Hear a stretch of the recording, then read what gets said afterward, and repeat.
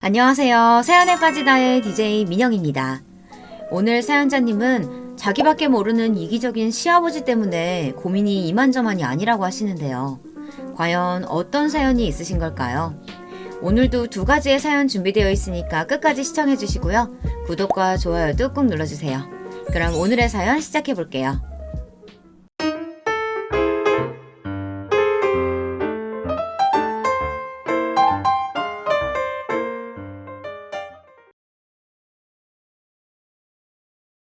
안녕하세요. 저는 40대 주부입니다. 제가 이렇게 사연을 보내게 된 데에는 많은 유부 선배님들에게 조언을 구하고 싶어서입니다. 제가 결혼한 지도 벌써 5년이 넘었어요. 남편과 어린 딸 하나를 키우고 있습니다. 저와 남편은 지금까지 사소한 다툼 한 번 없이 잘 살고 있습니다. 그런데도 저의 결혼 생활은 지난 5년 동안 위태롭기만 했어요. 저의 결혼 생활에서 가장 큰 걸림돌은 다름 아닌 시아버지예요. 저도 40년 넘게 살았지만 저희 시아버지 같은 사람은 난생 처음 보았습니다. 남편과 연애할 때 잠깐 들은 적이 있기는 했습니다. 하지만 이 정도일 줄은 몰랐어요. 시아버지는 권위적이다 못해 뭐든지 본인 마음대로 해야만 직성이 풀리시는 분이었어요.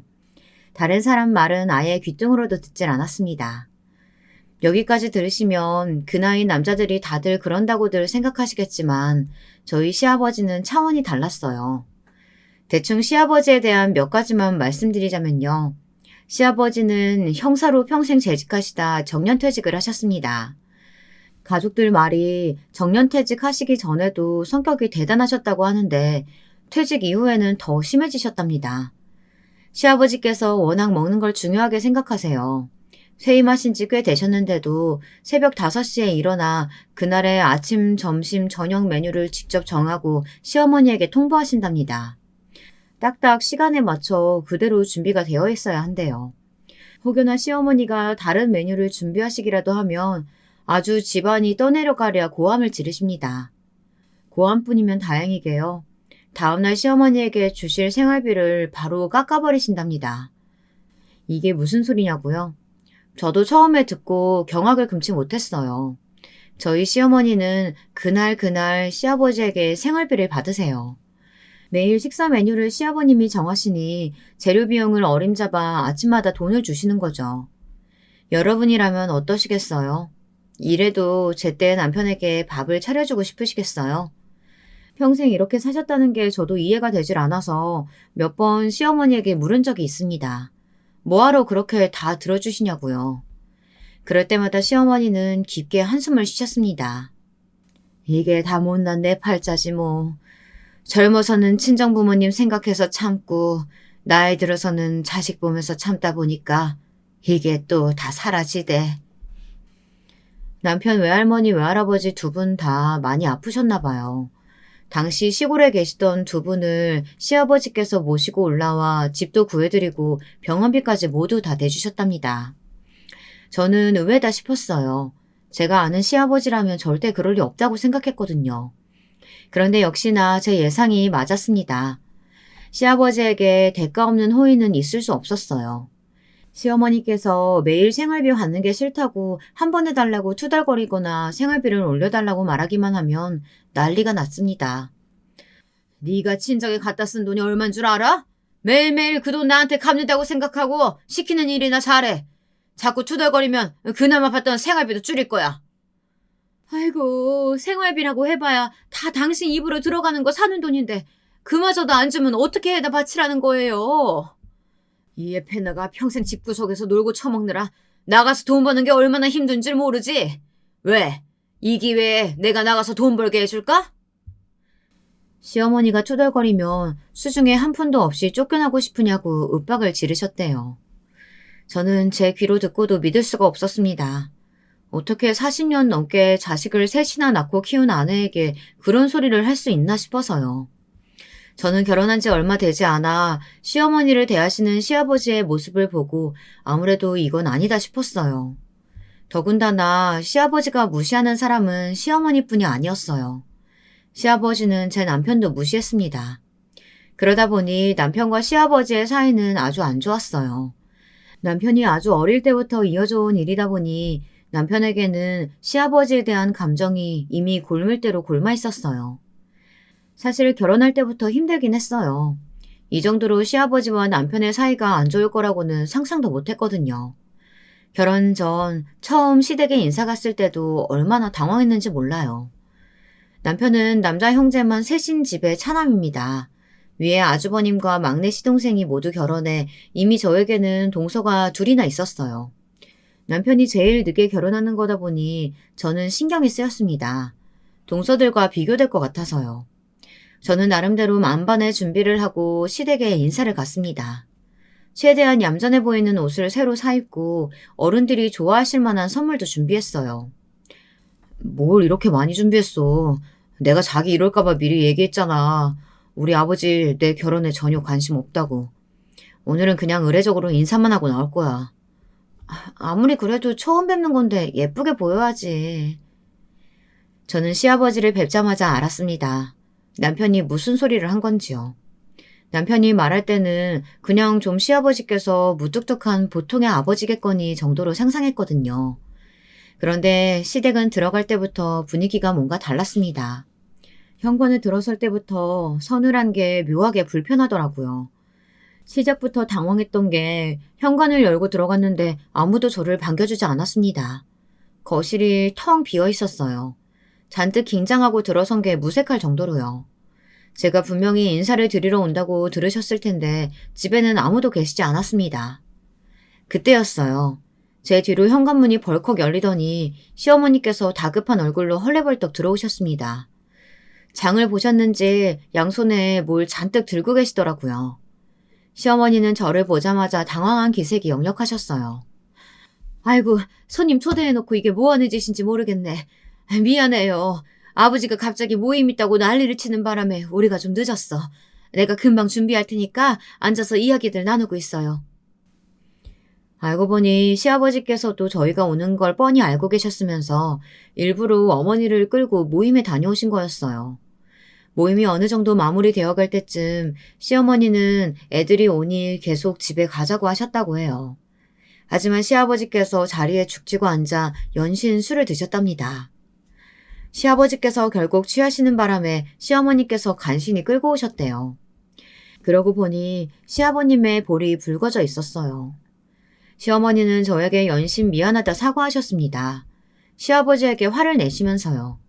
시어머니의 잔소리에도 소파에 묵묵하게 앉아 계시던 시아버지는 저를 보고도 아는 체 하지 않으셨어요. 시어머니는 제가 상처받을까봐 걱정되셨는지 제 어깨를 토닥이셨습니다. 저는 애써 괜찮다고 했지만 사실 많이 놀랐습니다. 처음 인사드리러 간 시댁에서 이런 대접을 받을 거라고는 생각도 못했거든요. 무슨 대단한 사람 왔다고 상까지 차린다고 호들갑이야. 그냥 대충 마실 거나 좀 주면 되지. 시아버지의 으름장은 마치 화살처럼 제 귀에 쏙쏙 박히는 것만 같았습니다. 저는 절로 어깨가 다 움츠러들었어요. 안 그래도 시아버지는 덩치가 크시고 외모도 우락부락 무섭게 생기셔서 눈도 제대로 마주치기 어려웠거든요. 어머니, 제가 이래서 밖에서 따로 보자고 했잖아요. 어머니, 지금이라도 우리끼리 나가서 밥 먹어요. 남편이 한술 더 떴습니다. 시아버지는 빼고 시어머니와 저에게 나가서 밥을 먹자고 했어요. 여러분이라면 이런 상황에서 어떻게 하시겠어요? 저는 어떻게 해야 할지 몰라 우왕좌왕하다가 제가 준비해온 선물을 꺼냈습니다. 나름 비장의 무기였거든요. 남편에게 들었는데 시아버지께서 낚시를 좋아한다고 하시더라고요. 젊어서부터 낚시를 너무 좋아해서 쉬는 날이면 어김없이 낚시를 가셨대요. 선물로 낚싯대라도 준비했냐고요? 비슷합니다. 낚시계의 명품이라고 불리는 아주 유명한 브랜드가 있어요. 낚시하는 사람들이라면 다 욕심내는 브랜드인데 거기서 위아래 낚시복을 세트로 샀습니다. 조끼까지 말이죠. 제가 브랜드 로고가 크게 박힌 쇼핑백을 들고 시아버지에게 다가가자 곧바로 시아버지 시선이 제가 든 쇼핑백을 따라왔어요. 저는 곧바로 쇼핑백에서 옷을 꺼내 시아버지에게 보여드렸어요. 낚시 좋아하신다고 해서 준비했다고요. 순식간에 시아버지의 표정이 달라지더군요. 내 아들놈은 내가 제일 잘 알아. 저 볼 거 없는 놈이랑 결혼까지 하겠다고 마음먹은 거면 네가 보통 참한 성민은 아니겠지. 암튼 난 우리 집안 며느리한테 바라는 건 딱 하나다. 아들, 아들만 낳아라. 그거면 충분해. 어찌됐든 간에 저는 결혼을 허락받았습니다. 말은 쌀쌀맞게 하셨지만 시아버지께서는 제가 사온 옷으로 바로 갈아입으셨어요. 연신 거울 앞에 서서 당신의 모습을 비춰보셨습니다. 저는 그런 시아버지의 모습이 귀엽게 보이기까지 했는데 남편은 그런 시아버지를 거들떠도 보질 않았어요. 오히려 저에게 뭐하러 저렇게 비싼 걸 샀느냐고 하더라고요. 자기도 봐서 알겠지만 아버지랑 나랑은 웬만한 남보다 못한 사이야. 그러니까 자기도 특별히 우리 아버지한테 잘 보이려고 노력할 필요 없어. 지금이야 핏줄이니까 할 수 없이 얼굴은 보고 살지만 어머니 돌아가시면 아버지하고는 아예 상종도 안 하고 살 거야. 남편은 시아버지 이야기를 할 때면 꼭 다른 사람 같았어요. 평소에는 모두에게 다정하고 친절한 사람이었거든요. 저도 그런 면에 반해서 결혼까지 하려고 하는 거고요. 그러다 보니 시아버지와는 왜 그렇게까지 사이가 좋지 않은 건지 이해가 되질 않았어요. 중간에서 시어머니도 힘들어하시는 것 같았고요. 남편은 제가 물어도 자세히 이야기해주지 않았습니다. 자신이 아버지를 싫어하기는 하지만 그래도 자신을 낳아준 부모인데 저에게까지 자신의 감정을 강요해 미워하게 하고 싶지는 않답니다. 그때까지만 해도 저는 남편이 이해되지 않았어요. 가족이라는 게 원래 서로 싸우기도 했다가 시간이 지나면 자연스레 풀리기도 하고 그러는 거니까요. 그런데 그날 일은 시작에 불과했어요. 결혼식을 마치고 저희는 바로 신혼여행에 가지 못했습니다. 당시에 남편이 영화사에 이직한 지 얼마 되지 않아 휴가를 바로 낼 수 없는 상황이었거든요. 일이 워낙 많을 때라서요. 저는 미리부터 알고 있었기 때문에 상관없었습니다. 남편이 영화사로 가게 되었을 때 얼마나 좋아했는지 알기 때문에 저는 남편의 일을 응원해주고 싶었어요. 남편은 그런 저에게 고마워했습니다. 그래서 휴가를 쓸 수 있는 시기에 좀 더 길게 여행을 가기로 이야기해 둔 상태였어요.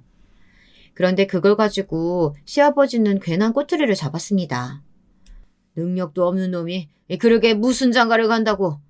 내가 사돈복이 쪽팔려서 아주 민망해 죽는 줄 알았다. 하나밖에 없는 딸 신혼여행도 못 가게 했으니 우리 집을 얼마나 거지같이 벗겠냐? 아버님 걱정하지 마세요. 부모님께는 일 때문에 그런 거라고 제가 미리 잘 말씀드렸어요. 그래서 부모님도 다 이해하셨고요. 저는 별것도 아닌 걸 가지고 괜히 문제가 생기는 게 싫어 시아버지에게 괜찮다고 이야기했습니다. 그런데 시아버지는 그런 저까지 싸잡아 마음에 들어하지 않으시더라고요. 어이구, 한 놈이 저 모양이면 여자라도 똑 부러져야지. 세아가, 네가 그렇게 물러 터졌으니 저놈이 아직도 영원지 모식인지 하겠다고 정신을 못 차리는 거 아니냐? 결혼하는데 신혼여행도 못 가게 하는 회사가 그게 직장이냐? 놀이터지? 남편과 시아버지 사이의 골은 깊었습니다. 시아버지는 남편의 모든 걸 다 싫어하셨어요. 특히나 남편이 하는 일을 가장 못마땅해 하셨습니다. 아무리 그래도 그렇지 다른 형제들도 있고 동서들까지 있는 자리에서 자꾸만 남편을 무시하시는데 저까지 화가 나고 속상하더라고요. 제 속도 그랬으니 남편 속도 속이 아니었을 거예요. 제발 작작 좀 하세요. 저한테만 뭐라고 하시는 것도 모자라서 이제 희수한테까지 잔소리 하시는 거예요? 아버지야말로 이러시는 거 장인 장모님 아시면 참 좋아하시겠네요. 뭐야? 이 자식이 어디서 배워먹은 말버릇이야? 하긴 이름도 없는 삼류대학이나 나온 자식이 뭘 배웠겠어? 말해봐야 내 입만 아프지. 어이구, 꼴도 보기 싫으니까 썩 꺼져버려. 제가 그나마 아버지가 일찍이 내놓은 자식이라 밖에서 보고 자라서 이 정도로 점잖은 줄 아세요. 아버지 닮았으면 제가 지금까지 아버지 옆에 붙어 있었겠어요? 도망가도 진작에 도망가지. 이 자식이? 너 오늘 아주 작정을 하고 왔구나. 그래, 어디 한번 해보자. 너 같은 자식 나는 애초에 필요 없었어. 그러니까 이기면 아예 나가. 저는 점점 커지는 싸움이 무서워 남편을 말렸습니다. 하지만 소용없었어요. 남편은 정말 이대로 다시는 시아버지를 안 볼 기세였습니다. 저는 주변을 둘러봤어요. 제발 누구라도 좀 도와줬으면 해서요. 그런데 다른 가족들은 태연하게만 했습니다. 아주 오래전부터 이런 분위기에 익숙해서인지 다들 시아버지와 남편을 말리지 않았어요. 저는 원망 섞인 눈초리로 큰 아주버님에게 부탁했습니다. 좀 말려달라고요. 그러자 큰 아주버님이 한다는 말이 가관이었어요. 재수 씨가 형제가 없어서 모르나 본데 재수 씨도 이제 우리 식구니까 이런 상황에 익숙해져야 돼요. 본디 가족도 안 맞는 원수지간이라는 게 있더라니까요. 저 둘 만나면 매일 저래요. 저러는 거 싫으면 재수 씨가 진영이 저 자식한테 잔소리 좀 해요. 신혼이니까 그나마 재수 씨 말은 듣겠죠. 제가 보기엔 시아버지가 다른 형제들과 달리 남편을 무시하고 박하게 대하는 것처럼 보였는데 다른 가족들 눈에는 그게 보이질 않나 봅니다. 오히려 제 남편을 철없는 사람 취급했어요. 유일한 남편의 편 시어머니는 집안에서 힘이 없었습니다. 저도 마찬가지였고요. 남편은 평생 이런 취급을 받고 살아서인지 크게 억울해하지도 않았어요. 그냥 말대꾸나 하는 정도였죠. 시어머니는 평생 가정주부로 시아버지와 자식들 뒷바라지만 하신 분입니다. 시어머니는 시아버지에게 꽉 잡혀 남편에게 해줄 수 있는 게 없었어요. 누구보다 그런 자신을 원망하시는 시어머니는 항상 남편을 아픈 손가락이라고 하셨습니다. 그렇다고 시어머니가 해주실 수 있는 일은 없었습니다. 속상할 때마다 우는 것 말고는 없었어요. 시어머니도 답답했지만 더 이해가 되지 않는 건 다른 형제들이었습니다. 형제들이나 동서들 모두 시아버지의 말이라면 잡초로 김치를 담그라고 해도 담글 정도로 말을 잘 들었거든요. 어느 정도였냐면 시아버지는 아들들에게 무조건 자신처럼 나란 일하는 사람이 되어야 한다고 하셨대요. 그래야 평생 누구한테도 무시 안 당하고 산다고요. 남편은 어릴 때부터 귀에 딱지가 않게 들은 이야기랍니다. 시아버지의 말에 큰아주버님은 검사가 됐고 시동생은 7급 공무원이 됐어요. 둘 다 어릴 때부터 공부도 잘하고 운동도 잘했답니다. 저희 남편만 혼자 비실비실해서는 공부도 안 하고 나가서 뛰어놀지도 않았대요. 남편은 매일 집에서 영화만 보고 만화책만 봤답니다. 그런 모습이 시아버지의 눈에 좋게 보일 리 없었죠. 그러다 남편과 시아버지가 본격적으로 부딪히기 시작한 건 남편이 대학에 들어가면서부터예요. 무엇보다 아들들의 진로에 대해 확고하셨던 시아버지와 남편은 정면으로 부딪히게 된 거죠.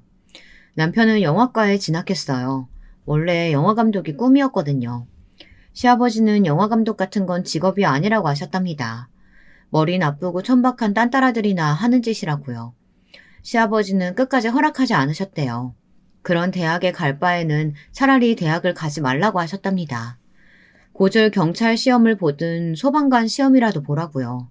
하지만 남편은 들은 척도 하지 않은 거죠. 고집대로 영화과에 입학한 거예요. 시아버지는 곧바로 남편에 대한 경제적인 지원을 끊어버리셨답니다. 그런데도 남편은 고집을 걷지 않고 자기 뜻대로 밀고 나갔어요. 하루 종일 알바를 해서 등록금을 내고 안 되면 휴학까지 해가며 힘겹게 영화과를 졸업했습니다. 다른 부모들 같으면 그런 아들이 대견해서라도 마음을 돌리실 텐데 저희 시아버지는 그렇지 않았습니다. 오히려 그 후로 본격적으로 시아버지의 무시와 핍박이 시작된 거죠. 대학 졸업하고 영화판을 전전하며 스텝으로 일하고 다닐 때는 아예 눈도 마주치질 않으셨대요. 그런 남편을 안쓰러워한 건 그나마 시어머니 뿐이었습니다. 다른 형제들은 방관하면서 은근 즐기는 분위기였어요. 제가 그걸 언제 처음 느꼈는지 아세요? 바로 남편 생일날이었습니다. 저는 연애할 때에도 매년 남편의 생일을 좀 유난하게 축하해주곤 했어요. 그럴 수밖에 없었던 게 남편이 자신의 생일을 별로 중요하지 않게 생각하더라고요. 그러면서 하는 말이 생일날 케이크에 촛불을 불어본 적이 한 번도 없답니다. 가족들이 둘러앉아 생일 축하 노래를 불러본 적도 없고요. 아무렇지 않은 얼굴로 태연하게 말하는데 저는 눈물이 왈칵 쏟아질 정도로 남편이 안쓰러웠어요. 그래서 남편과 연애할 때 매년 생일마다 장소도 빌리고 예쁘게 꾸며서 가까운 친구들과 생일을 보내곤 했습니다. 그래서 결혼하고 처음 만난 남편의 생일을 벼르고 있었죠. 가족들 앞에서 보란듯이 신나게 축하해주고 싶었거든요. 저는 신혼집 집들이 겸해서 가족 모두를 초대했습니다. 직접 초대장도 만들어서 식구들에게 보냈어요. 남편 사진도 예쁘게 넣어서요. 남편은 어차피 아무도 안 올 텐데 힘들게 뭐하러 그러느냐고 오히려 저를 걱정했어요. 저와 둘만 즐겁게 보내도 된다고요. 하지만 저는 포기하지 않았습니다. 그래도 명색이 며느리가 준비한 첫 번째 이벤트인데 설마 아무도 오지 않을까 싶어서요. 그런데 제가 괜한 짓을 벌였나 봐요. 남편 말대로 시댁 식구들은 아무도 남편의 생일 파티에 오지 않았습니다. 그것도 생일 파티 당일 못 오겠다는 연락이 왔어요. 재수씨 미안해요. 와이프가 몸이 너무 안 좋아서 우리는 못 갈 것 같아요. 진영이한테 생일 축하한다고 전해주고 좋은 시간 보내요. 형수님, 저희가 웬만하면 가려고 했는데 와이프가 요즘 입덧 때문에 너무 힘들어해서 아무것도 먹지를 못해요. 형한테 미안하다고 전해주세요. 다음에 봬요. 지금까지 제가 본 아주버님과 시동생은 동서들의 건강을 이 정도로 걱정하는 사람들이 아니었어요. 그런데 어쩜 둘 다 똑같이 제게 동서들 핑계를 대면서 못 오겠다고 하더라고요. 남편 생일 파티에 아무도 오지 않았습니다. 시어머니마저도 오시지 않았어요. 제가 분명 시아버지가 오시지 않더라도 혼자라도 오시라고 했는데도 오지 않으셨습니다. 그날 밤 자려고 침대에 누웠는데 그제야 시어머니께 전화가 왔어요. 생일인데 잘 챙겨 먹었냐고요. 저는 어쩐지 시어머니에게마저 서운해 대충 대답했습니다. 그런데 그때 시어머니께서 눈물을 펑펑 쏟으셨어요. 지난번 일로 시아버지께서 화가 많이 나셨답니다. 남편이 괘씸하다면서 아무도 생일 파티에 가지 못하게 하셨대요. 정말 이 정도의 일 줄은 몰랐습니다. 이 정도로 유치한 분일 줄은 상상도 못했어요. 평소 같으면 눈물을 흘리시는 시어머니를 위로했겠지만 그날만큼은 저도 마음이 영 내키지 않더군요. 괜히 제가 나서는 바람에 상처받은 남편을 보고 있자니 마음이 아파 시어머니마저 미웠습니다. 사실 진짜 미운 사람은 따로 있었습니다. 이게 다 시아버지 때문이에요. 시아버지께서 남편 생일 파티에 가는 사람은 앞으로 얄짤 없을 줄 알라고 대놓고 이야기하셨대요. 시아버지는 매번 그런 식이었습니다. 손에 돈 좀 쥐고 있다고 처자식을 마음대로 휘두르려고 하셨어요. 사실 가족들이 시아버지의 말을 거역할 수 없었다는 걸 저도 잘 알고 있어요. 시아버지께서 시어머니를 생활비 가지고 좌지우지하시는 것만 봐도 알잖아요. 시아버지는 아들들에게도 똑같이 하셨습니다. 큰 아주버님은 검사고 시동생이 공무원이면 뭐예요. 다들 잘 벌어봐야 월급쟁이인데요. 시아버지가 가지고 계신 건물과 땅에 비하면 아무것도 아니었죠. 시아버지가 움켜쥐고 있는 재산이 워낙 많다 보니 욕심이 날 수밖에 없었어요. 그럴 만도 한 게 시아버지께서 워낙 자식들 가지고 비교도 많이 하시고 저울질도 많이 하세요. 저희 부부야 이미 낄 수 없는 판이었지만 큰 아주버님과 시동생 사이의 경쟁은 꽤 치열했습니다. 어떨 때 보면 시아버지가 일부러 싸움을 붙이는 게 아닌가 싶을 정도로 분위기를 몰아가기도 하셨어요. 한 번은 이런 적도 있었습니다. 가족들끼리 모여있는데 시아버지께서 뜬금없이 이상한 소리를 하셨어요. 아무래도 내가 죽으면 우리 검사 아들이 내 제사상 차려줄 테니 강남에 있는 건물은 우리 큰아들한테 주는 게 맞겠지. 항상 누구를 주냐 마냐로 고민하시던 강남 건물을 뜬금없이 큰 아주버님에게 준다는 식으로 이야기를 먼저 꺼내셨어요. 당연하죠. 더군다나 이 집 장손이 누굽니까? 제 아들이잖아요. 자, 우리 아들 꿈이 뭐지? 할아버지처럼 멋진 경찰관이 되고 싶습니다. 아버님, 얘 좀 보세요. 얼굴도 체형도 아버님을 아주 꼭 빼다 박았잖아요. 성격까지 얼마나 비슷한지 검사인 자기 아버지는 재미없고 현장에서 도둑 잡는 할아버지 같은 형사가 멋있고 좋다는 거 있죠?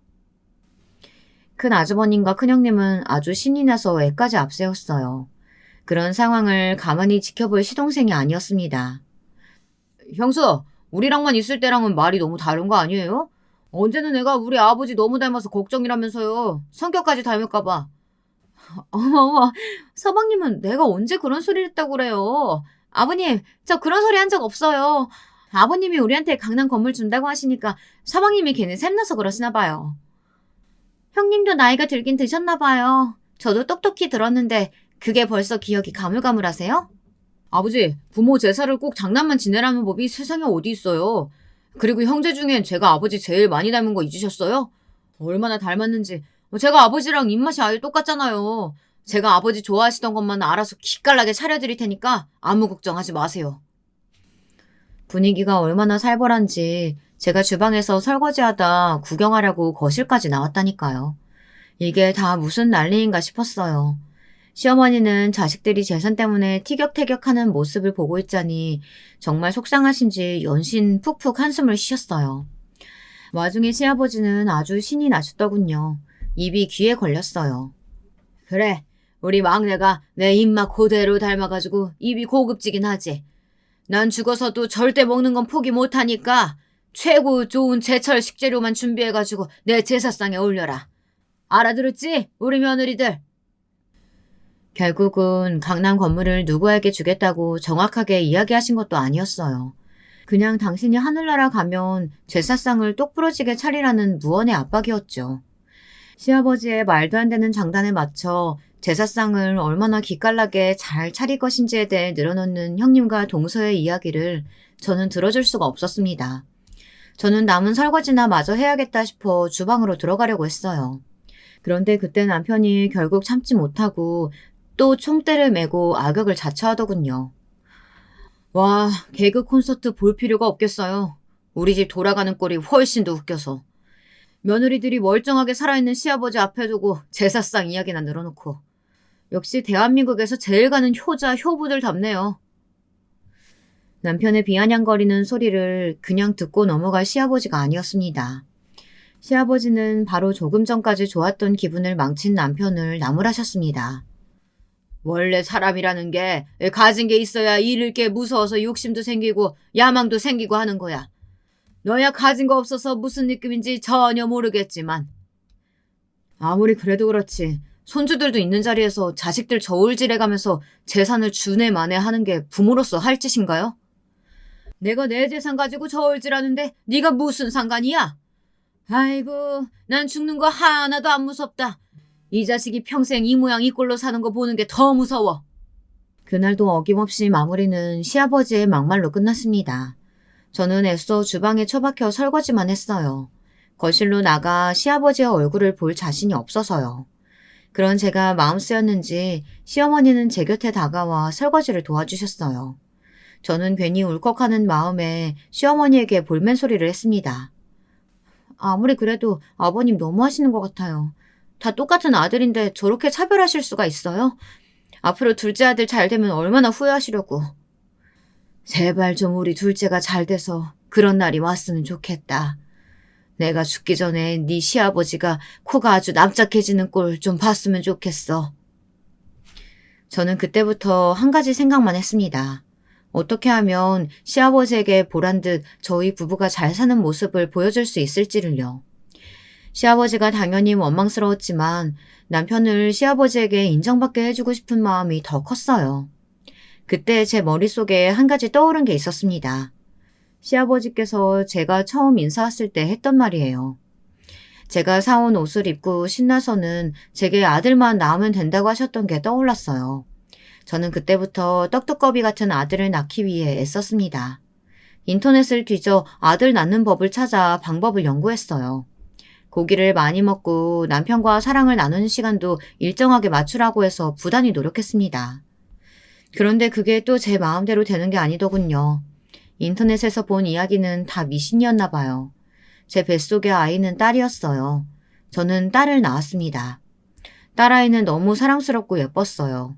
이렇게 예쁜 아이를 보면 시아버지도 마음을 좀 여시지 않을까 싶을 정도로요. 남편은 난리가 났습니다. 딸이 건강하게 태어난 게 너무 기쁘고 행복하다면서 병원 직원분들한테까지 커피를 다 돌릴 정도였어요. 남편이 아기를 보러 얼마나 신생아실에 자주 갔는지 병원 간호사들이 남편에게 딸바보 아빠 예약이라고 놀리기까지 했습니다. 너무 행복한 와중에도 한편으로 마음 쓰이는 게 있었어요. 시아버지에게 남편이 또 한마디 듣지 않을까 싶은 마음이 불안했습니다.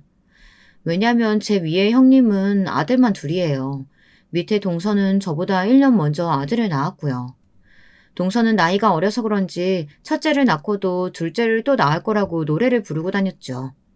그것도 아들 하나 또 낳고 싶다고요. 사실 육아가 힘든 걸 알면서도 동서가 그러는 데에는 이유가 있습니다. 시아버지께서 아들을 낳은 며느리에게는 항상 포상을 내리세요. 형님은 첫째를 낳았을 때 지금 사는 아파트를 받았고 둘째 때는 형님이 갖고 싶다던 미니쿠퍼 자동차를 받았습니다. 작년에 둘째 동서도 조카를 낳고 원래 살던 아파트보다 평수를 늘려 이사했어요. 만약에 우리 막내 며느리가 둘째도 아들 낳으면 내가 이번엔 벤츠 자동차 쏜다. 그 말에 막내 동서는 눈이 아주 휘둥그레졌어요. 지금이라도 당장 애를 낳으러 갈 눈빛이었죠. 저희 시아버지는 그런 분이셨습니다. 사람을 돈으로 휘두르려고 했어요. 저도 처음엔 잘 몰랐는데 겪다 보니 좀 이상했습니다. 젊어서부터 내내 경찰로 재직하셨다는 분이 모아두신 재산이 많아도 너무 많았거든요. 그뿐인가요? 돈 가지고 그렇게 생색을 내셨습니다. 시어머니 말로는 시아버지께서 돈 굴리는 재주가 대단하시답니다. 지금까지 시어머니는 시아버지 월급은 구경도 못 해봤대요. 항상 어디에 투자했다, 누가 불려준다 했다 이런 소리만 간혹 하셨답니다. 그런데 시어머니 말로는 정말 투자에 성공하시기는 했는지 자식들에게도 다 말하지 않은 재산이 많기는 하답니다.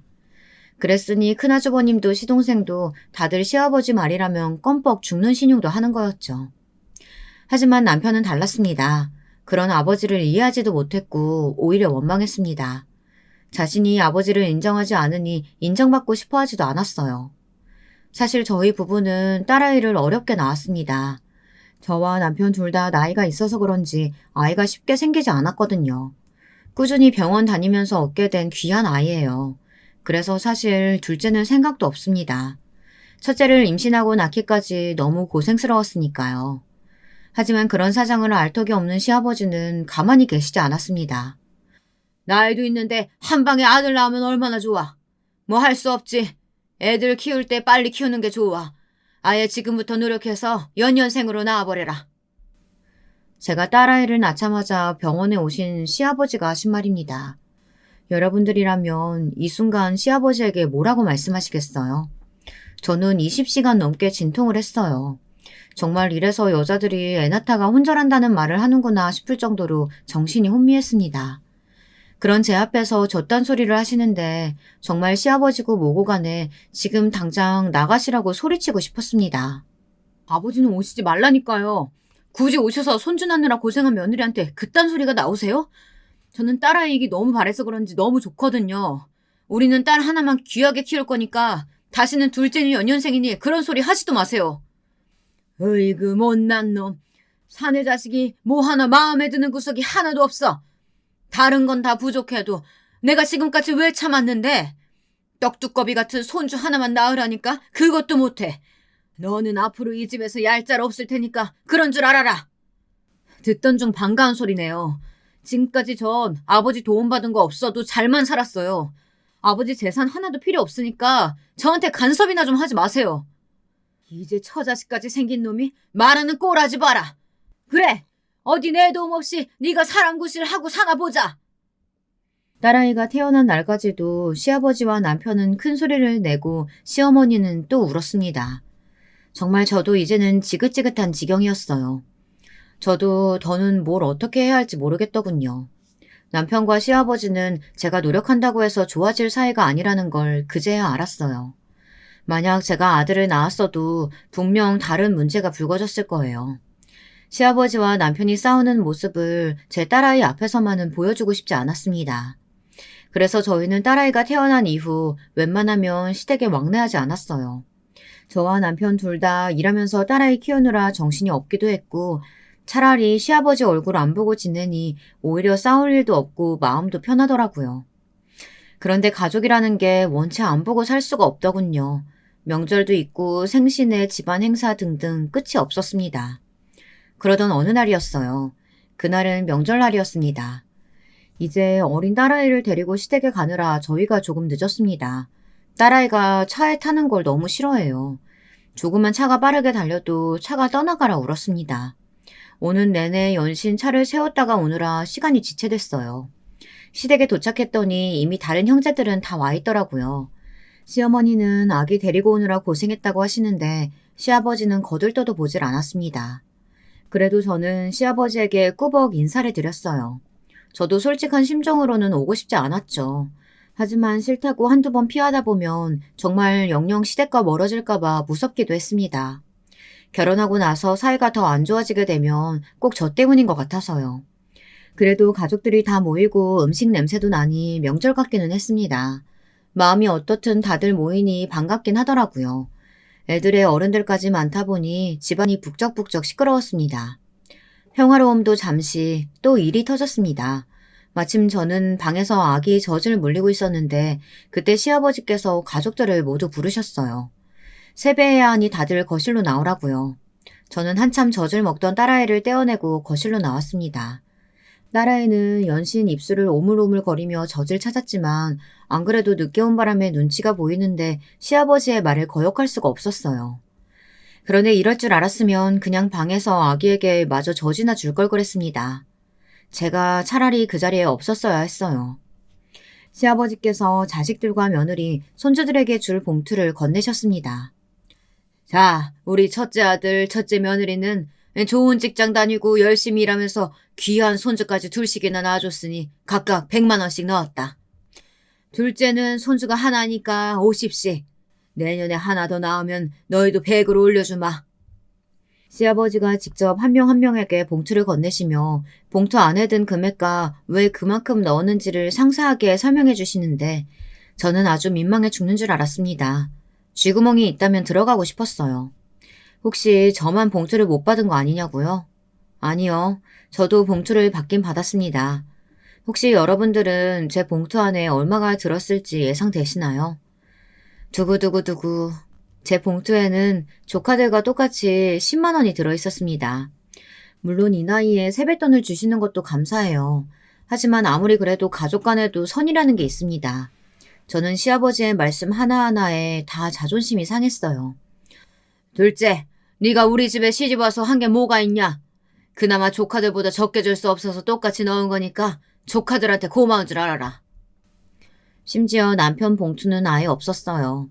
남편은 시아버지의 도움은 일절 받지 않겠다고 선포까지 했으니 주지 않겠답니다. 저희가 이런 대접을 받을 거라는 걸 예상하지 않은 건 아니에요. 시아버지는 언제나 그러셨으니까요. 저희는 애초에 봉투를 받을 생각도 욕심도 없었습니다. 단지 어떻게 자식에게 이렇게까지 하실 수 있냐는 겁니다. 이건 저희가 괘씸해서 혼내겠다고 하시는 행동이 아니라 그냥 괴롭히시는 거라고밖에는 생각이 들지 않았어요. 더 화가 났던 건 동서의 아들에게는 봉투를 주고 저희 딸에게는 봉투를 주지 않으셨다는 겁니다. 딸은 출가 외인이라 남의 집 자식인데 당신이 돈을 왜 주냐입니다. 저는 정말 너무 놀라서 입이 쩍 벌어졌습니다. 아무리 그래도 어린애를 두고 사람이 어떻게 저럴 수 있나 싶어서요. 그 이후에 어떻게 됐을지 여러분은 혹시 상상되시나요? 저희 남편은 단단히 빡이 쳤습니다. 화가 난 정도가 아니라 정말 얼굴에서 뜨거운 김이 모락모락 올라오는 것 같았어요. 순간 남편은 상상도 못했던 행동을 했습니다. 저도 너무 깜짝 놀랐어요. 글쎄 그 자리에서 상을 뒤집어 버렸어요. 시어머님이 차려놓으신 상을 말이죠. 순식간에 거실은 난리가 났습니다. 조카들은 울면서 방으로 도망가고 큰 아주버님과 시동생은 소리를 지르며 남편을 말렸습니다. 남편은 지금까지와의 모습과 전혀 달랐어요. 그전에는 시아버지에게 말대꾸하며 싸우는 정도였다면 그날은 참아왔던 것이 모두 다 폭발하며 울분을 토해내는 것만 같았습니다. 정말 다시는 시아버지를 보지 않을 사람처럼요. 저한테 어떻게 하시든 그건 상관없어요. 아버지 같은 사람 저는 아버지로 인정하지도 않았으니까요. 근데 제 아내랑 딸한테까지 그런 식으로 구는 건 절대 못 참아요. 기대하세요. 제가 아버지가 어떤 사람인지 똑똑히 알려드릴 테니까. 이런 미친 새끼? 네가 돌아도 아주 단단히 돌았구나. 감히 아버지 앞에서 상을 엎어? 이 개 같은 놈. 다시는 내 눈앞에 나타날 생각도 하지 마. 시아버지는 지금이라도 당장 남편의 귀싸대기를 날리려고 달려드셨지만 큰 아주버님과 시동생이 잡아 방으로 끌고 들어간 덕분에 남편이 맞지는 않았습니다. 남편은 아무 일도 없었다는 듯 그대로 저와 딸아이를 데리고 시댁을 나왔습니다. 남편은 집에 오는 내내 저에게 미안하다고 했어요. 심지어 말도 못 알아듣는 아이에게까지도요. 자신 때문에 이런 몹쓸 취급을 받게 해서 너무 미안하답니다. 앞으로 다시는 이런 일 생기지 않도록 자신이 해결할 테니 걱정하지 말라고요. 시아버지에게 사과도 꼭 받게 해주겠답니다. 저는 오히려 그런 남편이 걱정됐어요. 시아버지의 행동은 이제 더는 놀랍지도 않으니까요. 얼마 뒤 막내 동서의 아들 돌잔치가 있었습니다. 저는 당연히 갈 생각이 없었어요. 가봐야 또 좋은 꼴 볼 리가 없으니까요. 그런데 남편이 이상했습니다. 뜬금없이 돌잔치에 가겠대요. 아무리 사이가 안 좋아도 조카 생일인데 자신이 빠질 수 없다고요. 저는 아무래도 이상했습니다. 남편의 행동이 썩 내키질 않았거든요. 하지만 저는 어쩔 수 없이 남편을 따라 나서야 했습니다. 남편이 약속했거든요. 시아버지와 절대 싸우지 않기로요. 더군다나 우리 식구만 모이는 자리도 아니고 막내 동서나 시동생의 손님들이 가득할 행사장인데 설마 그런 장소에서까지 싸우겠나 싶어 남편을 믿었습니다. 남편을 믿는 게 아니었어요. 시아버님도 남편도 꼭 그날만 기다린 사람들 같았어요. 시아버지는 내내 저희 부부를 벼르고 계셨는지 저희를 보자마자 인상을 구기시며 한 소리 하셨습니다. 너희가 여길 왜 왔냐고요. 당장 나가라고 소리까지 지르셨어요. 그런데 남편은 태연하게 굴었습니다. 조카 생일인데 삼촌이 당연히 와서 축하를 해줘야 하는 거 아니냐고요. 어울리지 않게 너스레를 떠는 남편의 모습이 역시나 이상했습니다. 저는 남편이 안 하던 행동까지 하니 더 걱정됐어요. 그때였습니다. 돌잔치가 어느 정도 마무리되어 갈 때쯤 시아버지께서 며느리들을 모두 불렀습니다. 이번엔 시아버지의 손에 돈봉투가 아닌 쇼핑백이 들려 있었어요. 명품 로고가 크게 박힌 쇼핑백을요. 저는 순간 저도 모르게 콧방귀가 흘러나왔어요. 시아버지의 손에 들린 쇼핑백은 역시나 2개였거든요. 역시나 시아버지는 형님과 막내 동서에게 쇼핑백을 하나씩 건넸습니다. 다들 귀한 손주들 키우느라 고생이 많다면서요. 저는 피식 웃어버렸습니다. 시아버지가 너무 유치해서요. 저도 담이 많이 새지기는 했나 봐요. 시아버지가 더는 무섭지가 않더라고요. 시아버지는 굳이 제 곁으로 다가오셨습니다. 그러면서 제게 한마디 하시더군요. 네 동서들은 다 아들 낳았는데 넌 딸만 낳았잖아. 너도 샤넬백 받고 싶으면 잔말마고 아들 하나 더 낳아. 저는 기가 차서 어이가 없었습니다. 저는 시아버지의 눈을 똑똑히 바라보았어요. 그리고 목에 힘을 주고 당당하게 말했습니다. 그럴 생각 없다고요. 눈에 넣어도 아프지 않은 우리 딸 하나만으로도 충분하니 샤넬백은 필요 없다고 말했습니다. 시아버지는 제 말에 얼굴이 금세 달아오르시더니 한 소리 하시려고 시동을 거셨어요. 그런데 그때였습니다. 말도 안 되는 일이 벌어졌어요. 갑자기 남편이 형님과 동서가 들고 있던 쇼핑백을 뺐더니 무대 쪽으로 가지고 올라갔어요. 그러더니 갑자기 라이터를 꺼내 가방에 불을 붙였습니다. 순식간에 가방에 불이 붙더니 활활 타올랐어요. 행사장 안은 난리가 났습니다. 형님과 동서는 깨악 소리를 지르며 남편에게 뭐 하는 짓이냐고 원망스러운 소리를 질러댔어요. 저도 남편의 행동에 당황해 어쩔 줄 모르고 있었는데 남편은 태연하게 벽에 있던 소화기를 가져와 불을 껐습니다. 사방은 하얀 연기로 자욱했어요. 마이크 테스트. 여러분 많이 놀라셨죠? 죄송합니다. 제 첫 번째 이벤트가 너무 강했네요. 불은 꺼졌으니 걱정하지 마시고요. 잠깐 저에게 집중해 주시겠어요? 남편은 태연하게 사회자가 들고 있던 마이크를 받아들었습니다. 사람들은 우왕좌왕 시끄러웠어요. 아이고 아버지 너무 하시는 거 아니에요? 집안에 엄연히 며느리가 셋인데 한 명만 빼고 둘한테만 샤넬백 사주는 못된 시아버지가 세상에 어디 있어요. 너 이 자식 당장 안 내려와? 이게 감히 누구 망신을 시켜? 행사장 안에는 시아버지의 손님도 많았어요. 시아버지께서 경찰 공무원이셨잖아요. 당시에 함께 근무했던 선후배들이 굉장히 많이 와 있었습니다. 그러다 보니 누구보다 다급한 얼굴로 자리에서 일어나신 시아버지께서 황급히 남편에게 내려오라고 소리를 질렀어요. 그런데도 남편은 아랑곳하지 않았습니다. 내려가긴 어딜 내려가요. 지금부터가 시작인데. 자, 여러분 오래 기다리셨습니다. 마지막 순서로 이 행사의 하이라이트. 바로 제가 만든 영화 한 편 상영해 드릴 테니까 꼭 끝까지 시청해 주세요. 남편은 손에 들고 있던 리모컨을 눌렀습니다. 그러자 조금 전까지 조카의 귀여운 동영상이 흘러나오던 모니터에서 이상한 영상 하나가 재생됐어요. 제목은 비열한 형사 아버지였습니다. 남편이 만든 영상이었어요. 마치 그것이 알고 싶다 같은 프로 같았습니다. 그 영상은 다름 아닌 시아버지를 고발하는 영상이었어요. 알고 보니 시아버지께서 형사 시절에 비리 형사였더군요. 그 사실을 가족 중 유일하게 남편만 알고 있었고요. 영상에는 남편이 직접 인터뷰한 내용이 나와 있었습니다. 시아버지가 뇌물을 요구해서 뇌물을 줬는데도 억울하게 옥살이를 한 사람부터 매달 상납하듯 시아버지에게 뇌물을 준 노래방이나 술집 업주들까지 있었습니다. 지금은 다들 원래 하던 일을 그만두고 다른 일을 하고 있었지만 그때 일만 생각하면 이가 갈린답니다. 시아버지가 얼마나 악독하게 뇌물을 뜯어가는지 그 금액이 어마어마했다고요. 그랬습니다. 시아버지는 젊어서부터 아주 돈독이 오른 사람이었어요. 그 돈으로 재산을 불린 거였습니다. 자, 보세요. 여기 계신 여러분들이 존경하고 믿었던 저희 아버지가 바로 이런 비열한 형사였습니다. 여기 계신 분들까지 싸잡아 다 욕먹게 할 그런 인간이라고요. 너 지금 뭐 하는 거야? 아! 저거 다 거짓말이야! 시아버지는 화면으로 온몸으로 가리려고 발버둥 치시다가 잘 안 되자 곧바로 남편을 잡으려고 달려드셨어요. 남편은 이제 옛날의 어린 아들이 아니었습니다. 남편은 자신의 얼굴을 갈기려던 시아버지의 팔을 덥석 붙잡았어요. 그리고 어린 시절 자신의 눈으로 똑똑히 보았던 일에 대해 시아버지에게 이야기했습니다. 내가 고등학교 때 친구들이랑 땡땡이 치고 시내에 영화 보러 나왔는데 거기서 아버지 봤어요. 골목길에 노래방 점주들 다 모아놓고 무슨 빚쟁이처럼 돈 봉투 걷어가는 거. 내가 그때 친구들 앞에서 얼마나 쪽팔렸는 줄 아세요?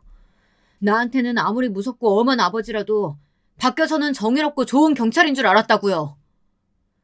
남편은 목청껏 울부짖었습니다. 그리고 다시 한번 말했어요. 지금까지 누구에게도 그때 일에 대해 사실대로 이야기하지 않은 건 가족들 앞에서만이라도 시아버지의 명예를 지켜드리기 위해 자신도 공범이 된 거라고요. 처자식을 위해 어쩔 수 없이 선택을 하신 걸 거라고 이해해 보려고 했다고요. 하지만 더는 그럴 수 없답니다. 시아버지는 그럴 자격이 없다네요. 순식간에 돌잔치의 장이 쑥대밭이 됐습니다. 경찰 선후배 관계자들이 시아버지에게 욕을 퍼부었고 험한 말들이 오고 갔습니다.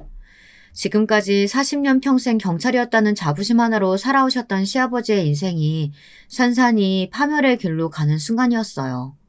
가족들도 난리가 났습니다. 막내 동서 친정 식구들의 직장 동료들까지 있는 자리에서 망신을 당했으니까요.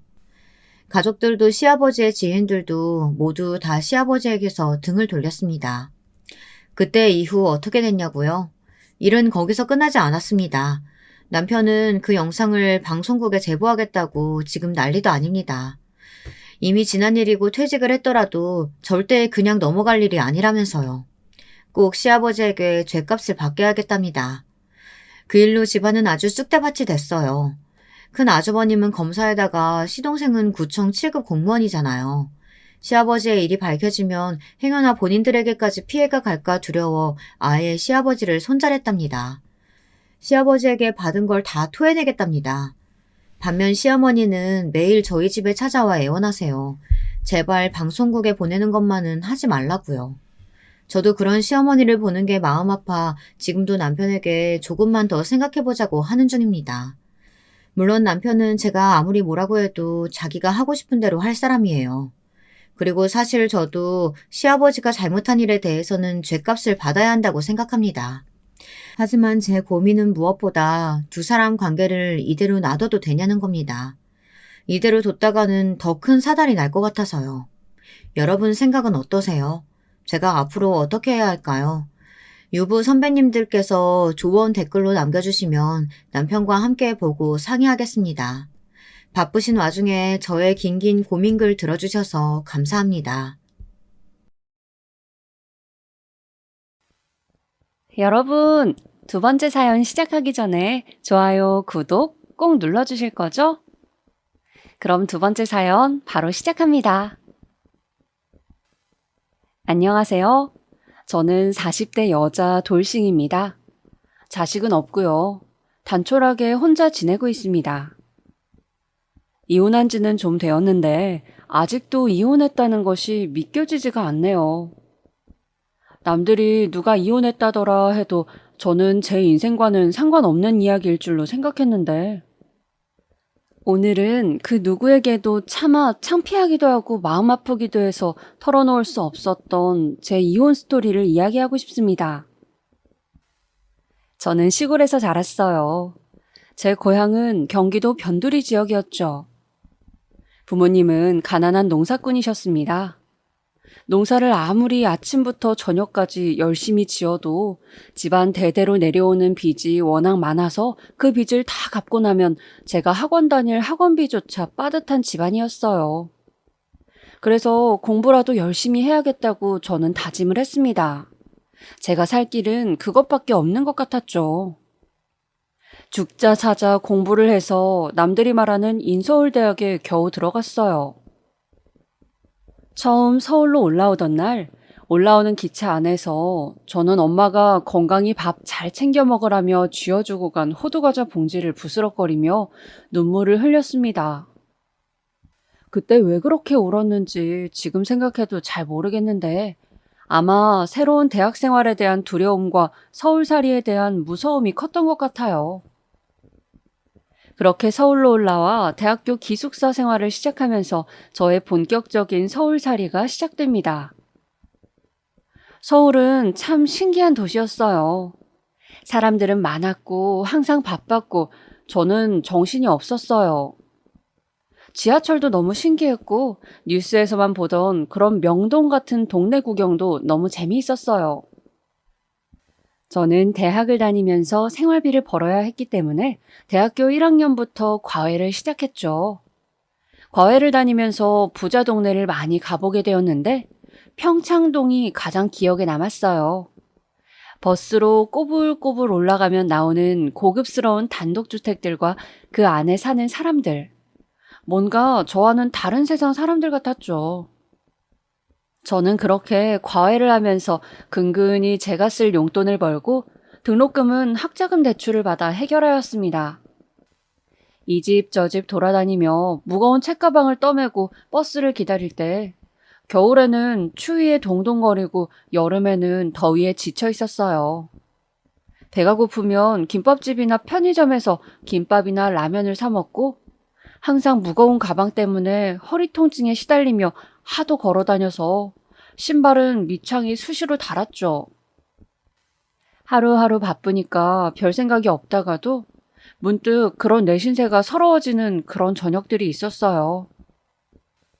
힘든 하루의 끝에 축 처진 몸을 끌면서 기숙사로 향할 때면 어디선가 김치찌개 냄새나 고등어 굽는 냄새가 났죠. 그러면 고향에 계신 엄마가 해주던 김치찌개가 너무 그립고 엄마가 보고 싶었어요. 무슨 부귀 영화를 누리려고 서울까지 와서 내가 이러고 고생을 하고 있나 그런 마음이 들었죠. 겨우 마음을 추스르고 기숙사로 돌아와 편의점 도시락이나 라면을 먹을 때면 서러움이 밀려와 혼자 눈물을 흘리기도 했죠. 타지 생활의 외로움이라는 게 생각보다 만만치가 않았습니다. 제가 다니던 대학은 신촌에 있는 유명한 학교여서 부자인 친구들이 많았어요. 다들 방학이 되면 어학연수를 간다, 유럽 배낭여행을 간다, 제잘제잘 계획들을 떠들어댔죠. 저는 그런 친구들 사이에서 조용하고 말이 없는 애로 통했어요. 고향이 어디라는 건 외에 제 사정을 친구들에게 잘 말하지 않았고 과외는 그냥 아이들 가르치는 게 재미있어서 하는 거라고 그렇게 말해두었거든요. 대학을 다니면서 부자 친구들 때문에 알게 모르게 저는 열등감을 많이 느꼈습니다. 예를 들면 저에게는 소소한 즐거움이 하나 있었는데 평소 지나가면서 근사해 보이는 레스토랑이나 예쁜 카페를 보면 목표를 세우는 것이었어요. 이번 시험 성적에 A가 5개 이상 나오면 나 자신에게 주는 보상으로 저 카페에서 제일 비싼 딸기 파르페를 시키는 상상을 하는 것이었습니다. 그런 소소한 것들이 저에게는 정말 하루를 열심히 살게 하는 원동력이 되었거든요. 그런데 친한 대학 친구였던 주은이에게 그 이야기를 했더니 주은이가 웃으며 말하는 것이었어요. 그냥 오늘 같이 가보자. 거기 초코파르페도 맛있던데? 딸기도 먹어봐야겠네. 왜 꼭 시험 끝나고 가는 거야? 그러니까 주은이는 제가 돈이 그 정도로 없다는 것과 파르페를 사 먹기 위해서는 한 달에 한 번 정도 큰 마음을 먹어야 한다는 것을 이해하지 못했어요. 주은이는 마음만 먹으면 하루에 2~3번도 그 카페에 갈 수 있을 만큼 큰 돈을 용돈으로 받고 있는 부잣집 딸이었으니까요. 저는 그런 일들로 주눅이 들 때마다 몰래 알바를 뛰면서 친구들이 사 입는 옷 브랜드 옷을 한두 벌 사기도 하고 친구들 보기에 비슷해 보이고 싶어서 약속이 있는 날에는 제 기준에서 진짜 큰 돈을 쓰기도 했습니다. 그리고 절대 제가 가난하다는 사실을 말하지 않았어요. 그리고 친구들이 집안 이야기를 할 때면 저도 질세라 우리 아빠는 호텔 사장이라는 둥 골프장을 운영하신다는 등의 말을 은근슬쩍 했습니다. 친구들이 어느 호텔이냐고 물으면 그저 그런 사적인 것까진 좀 밝히기 부담스럽다며 선을 그었죠. 부자인 친구들을 보면서 그렇게 있어 보이고 싶고 시골 출신인 걸 들키기 싫어 노력을 하다 보니 자연스럽게 저는 제가 만든 제 집안 배경이 진짜인 것처럼 어느새 제 거짓말에 도취되어 갔어요. 부모님은 호텔을 운영하셨지만 이젠 전문 경영인에게 맡기고 농촌에서 텃밭을 일구며 사시는 부자지만 마음은 소박한 상류층이 되어 있었고 저는 부자지만 소탈하게 기숙사 생활도 하고 과외도 하는 개념 있는 사람이 되어갔죠. 과 내에서 그렇게 소문이 나기 시작하니 제 이미지는 그렇게 굳어졌습니다. 저도 그게 싫지 않았어요. 어차피 대학 졸업하고 취직하면 이 애들과 연락을 끊으면 될 일이라고 단순하게 생각했죠. 그리고 저는 취업 준비를 하고 회사에 취직을 하게 되었습니다. 제가 취직한 회사는 은행이었습니다. 저는 은행에 입사하면서 사내연애를 하게 되었어요. 저와 같이 입사한 입사 동기 중에 잘 웃는 저보다 2살 많은 오빠가 있었는데 저는 그 웃는 얼굴에 홀딱 반해 먼저 용감하게 대시를 했고 연애를 하게 되었습니다. 연애를 하게 된 지 얼마 되지 않아 남친은 자신은 어서 결혼을 해서 가정을 꾸리고 싶다고 부모님께 저를 소개하고 싶다고 했습니다. 저는 잔뜩 긴장한 채로 그 사람의 부모님을 만나러 갔죠. 남친이 예약해뒀다는 한정식 집에서 오빠의 부모님을 처음 뵙게 되었어요. 그날만큼은 맨날 입고 다니던 면 티셔츠와 검정 바지를 입으면 안 될 것 같아서 연회색 원피스를 입고 핸드백도 들고 식당으로 갔습니다. 오빠의 가족분들은 먼저 와 계시더군요. 뭔가 세련된 인상이셨고 특히 오빠의 어머님은 아주 세련된 미인이시더군요. 그리고 그 자리에 오빠의 누나들도 함께 와 있었습니다.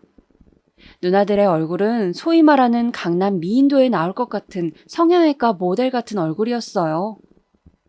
원래도 못생긴 얼굴은 아니었을 것 같은데 손을 많이 댄 모습이었습니다. 오빠는 누나가 둘에 형이 하나인 완전 막둥이였어요. 안녕하세요. 저는 김정연이라고 합니다. 저는 그분들에게 다가가서 수줍게 인사를 드렸습니다. 이 아가씨가 오늘 소개한다던 여자친구냐? 오빠의 아버지가 저를 아래 위로 살펴보시며 말씀하시더군요. 오빠의 어머니는 저를 이리저리 살피기만 하시고 별다른 말씀이 없으셨어요. 저는 그 눈길이 조금 부담스러웠지만 첫 만남이라 어색한 거겠지 생각하면서 애써 미소를 지었습니다. 그동안 말씀 많이 들었습니다. 늦게 인사드려서 죄송합니다. 그러자 아무 말이 없으시던 오빠의 어머니께서 대뜸 말씀하시는 것이었어요.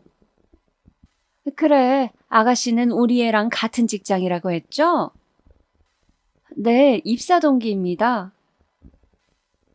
저기 아가씨가 참하고 성실해 보여요. 그런데 혹시 집안 형편은 좀 어떤가요?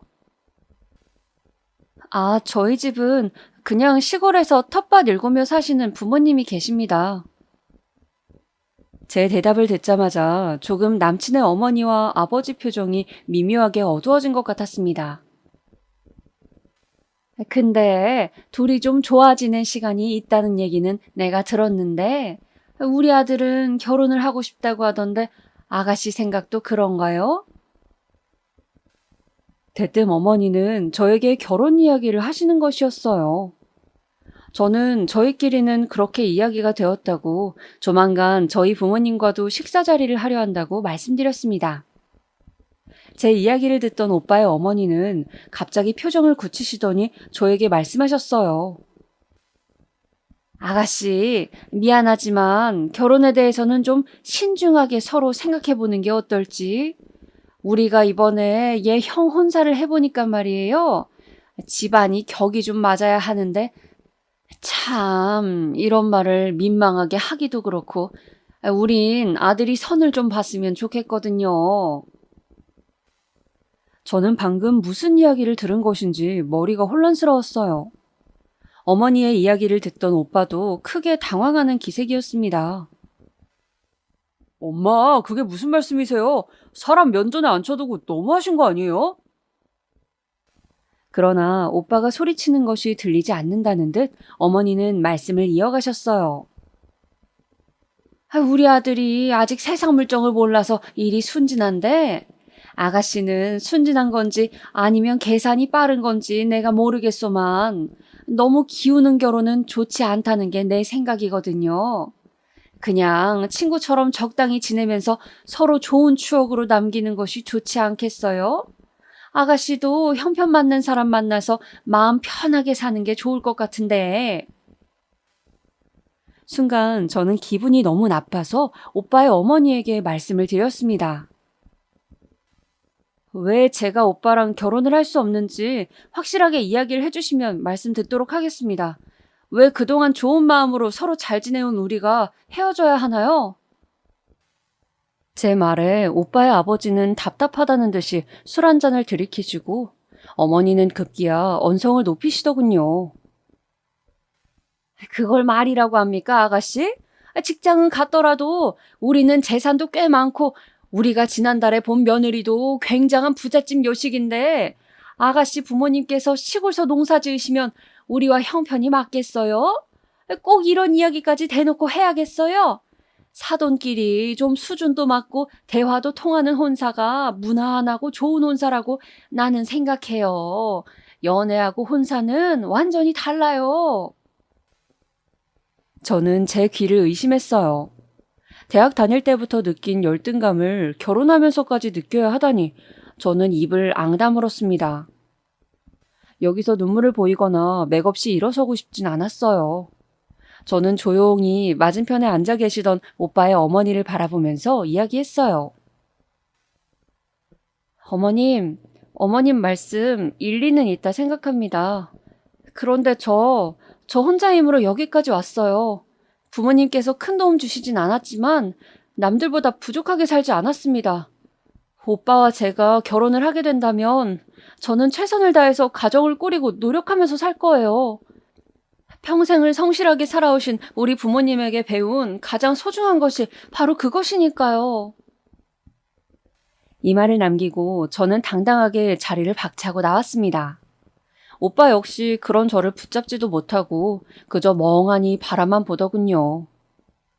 식당 문을 열고 길에 한 걸음을 딛자마자 저는 털썩 그 자리에 주저앉고 말았어요. 오빠의 부모라는 사람들이 저런 사람들이라니 차마 오빠와 계속 만날 생각이 들지 않았습니다. 내가 겪은 오빠는 분명 속물적인 계산이 앞서는 사람이 아니었는데 너무 속상하고 또 속상하더군요.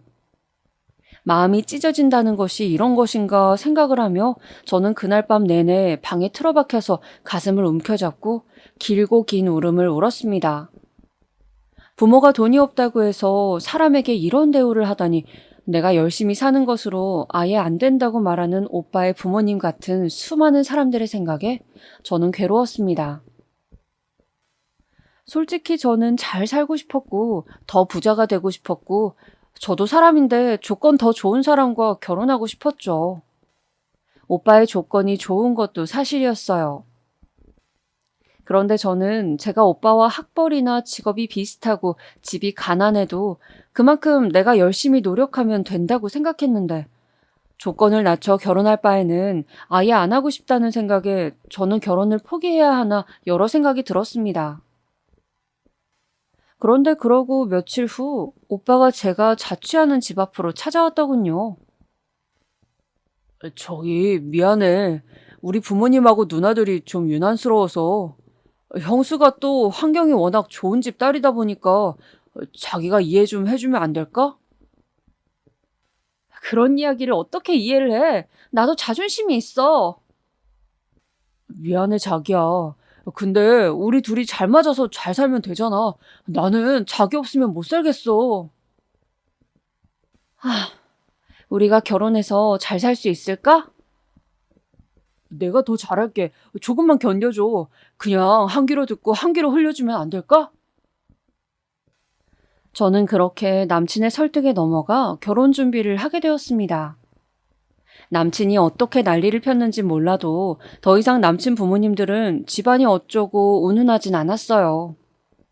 물론 결혼 준비 과정에서 가끔 짜증난다는 식으로 표정을 짓긴 하셨지만요.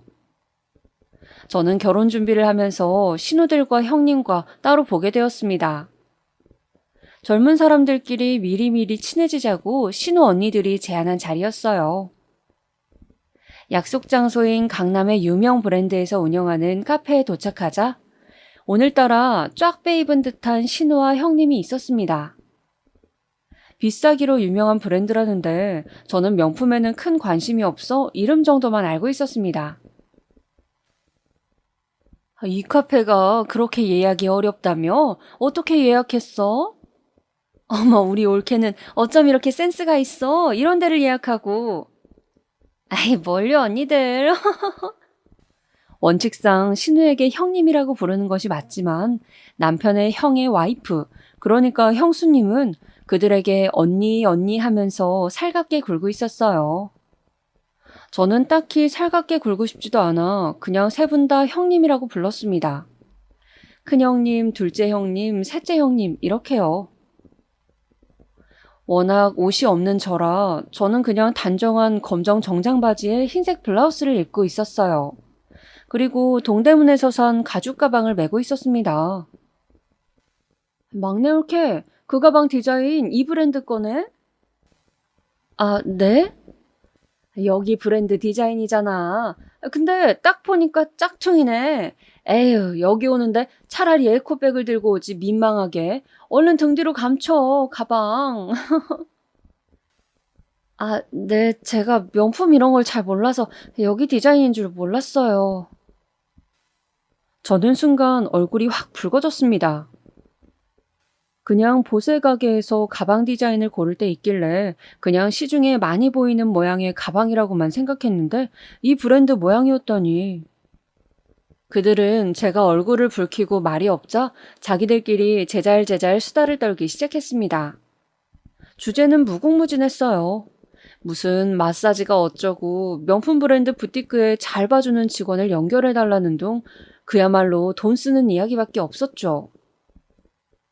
한참을 자기들끼리 이야기를 하기에 저는 끼어들 말도 없고 해서 그냥 웃으며 고개만 끄덕거리며 핸드폰을 보고 있었는데 갑자기 손윗동서가 저에게 말을 시키는 것이었어요. 근데 신촌에 그 대학 나왔다면서요? 아, 네. 혹시 무슨 과예요? 아, 저는 경영학과인데요. 아, 그렇구나. 내 친한 친구도 거기 경영 나왔는데 서로 알 수도 있겠네요. 아, 근데 경영에 하도 인원이 많아서요. 저는 휴학도 한 번 했었고 모를 수도 있어요. 저는 굳이 여기서 아는 사람 연결되어 봤자 별로 안 좋을 것 같아 과 생활 거의 안 했다고 둘러댔어요. 그리고 앞으로는 신우들과 형님과 대화를 할 때는 최소한으로 말하고 나는 그냥 내 할 일만 해야겠다고 다짐했죠. 결혼식을 올리고 신혼여행을 다녀왔습니다. 한 번 만나고 말 줄 알았던 새 여자는 자꾸 저에게 만나자고 제안을 해왔어요.